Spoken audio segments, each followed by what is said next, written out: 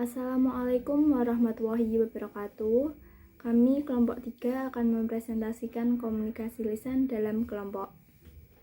Sebelumnya, perkenalkan nama saya Putri Cahyani dengan NIM 2021-12047. Saya di sini bersama dengan rekan saya. Yang pertama yaitu Rizky Rahmatullah dengan NIM 2021-12130.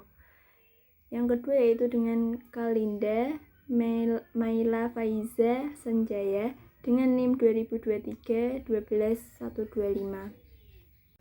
Saya Putri Cahyani. Saya akan menjelaskan materi yang pertama. Sebelumnya, komunikasi lisan dalam kelompok merupakan komunikasi antara beberapa orang dalam suatu kelompok kecil seperti rapat.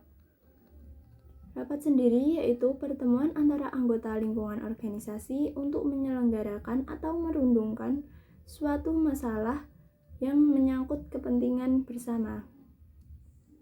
Rapat juga merupakan pertemuan atau berkumpulnya minimal 2 orang atau lebih untuk memutuskan tujuan. Selanjutnya yaitu macam-macam rapat. Jika dilihat dari tujuannya, rapat dibagi menjadi 3. Yang pertama yaitu rapat informatif.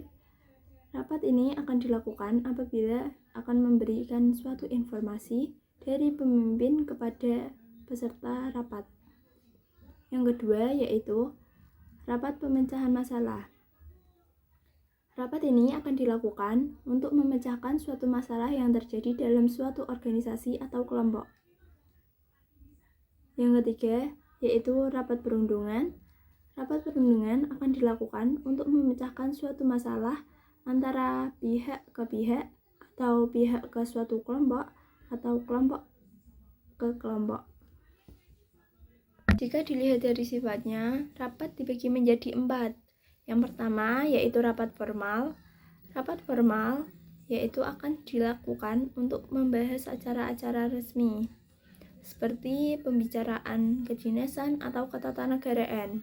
Yang kedua yaitu rapat informal. Rapat informal merupakan rapat yang diadakan untuk membahas masalah pribadi atau keluarga, biasanya untuk pembahasan pernikahan pada salah satu anggota keluarga. Yang ketiga yaitu rapat terbuka. Rapat ini akan diikuti oleh seluruh anggota organisasi, biasanya membahas untuk hal-hal yang bersifat tidak rahasia. Yang keempat yaitu rapat tertutup. Rapat ini akan diikuti beberapa pihak yang bersangkutan. Rapat ini biasanya bersifat rahasia atau pembahasannya lebih sensitif.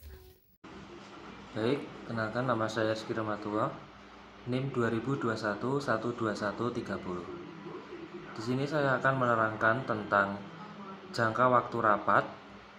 Kemudian ada syarat rapat yang baik. Untuk jangka waktu rapat terdapat 4 kategori. Yang pertama adalah rapat mingguan, di mana rapat mingguan adalah rapat yang diadakan sekali dalam seminggu yang membahas masalah-masalah yang bersifat rutin. Kemudian yang kedua ada rapat bulanan, yaitu rapat yang diadakan sebulan sekali setiap akhir bulan untuk hal-hal atau peristiwa yang terjadi pada bulan yang lalu. Kemudian yang ketiga ada rapat semesteran. Rapat ini diadakan sekali setiap semester, biasanya di setiap 6 bulan sekali, bertujuan untuk mengadakan evaluasi hasil kerja selama 6 bulan dan mengambil langkah selanjutnya. Kemudian yang terakhir ada rapat tahunan. Rapat ini diadakan sekali setahun, misalnya rapat Dewan Komisaris dan rapat umum pemegang saham. Untuk syarat-syarat rapat yang baik, yang pertama itu ada suasana terbuka. Setiap peserta rapat siap untuk menerima informasi dari siapapun. Hindari sikap saling mencurigai dan prasangka negatif di antara sesama peserta. Kemudian ada tidak monopoli. Yang dimaksud dengan tidak monopoli adalah rapat yang demokratis. Artinya tidak ada tindas-menindas atau ingin menguasai diri.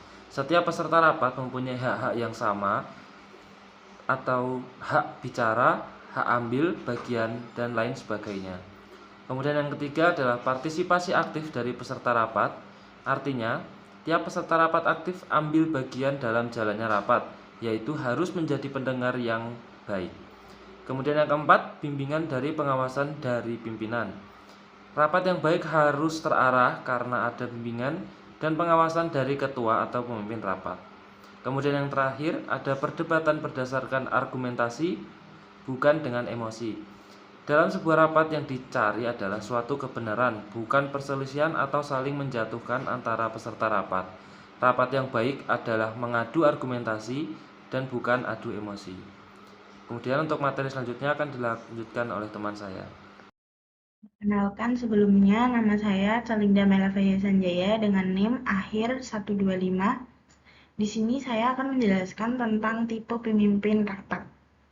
Tipe pemimpin rapat, seorang pimpinan rapat yang baik hendaknya mengetahui tipe pemimpin rapat yang baik pula. Dengan demikian, ada beberapa tipe-tipe rapat. Yang pertama ada tipe bosi. Tipe pemimpin rapat seperti ini terkesan sama dengan yang pertama, tapi tentu ada yang membedakannya. Tipe bosi ini punya gaya kepemimpinannya, yaitu terlihat menunjukkan dialah yang berkuasa di sini, sehingga anggotanya harus mengikuti kata-katanya dengan baik.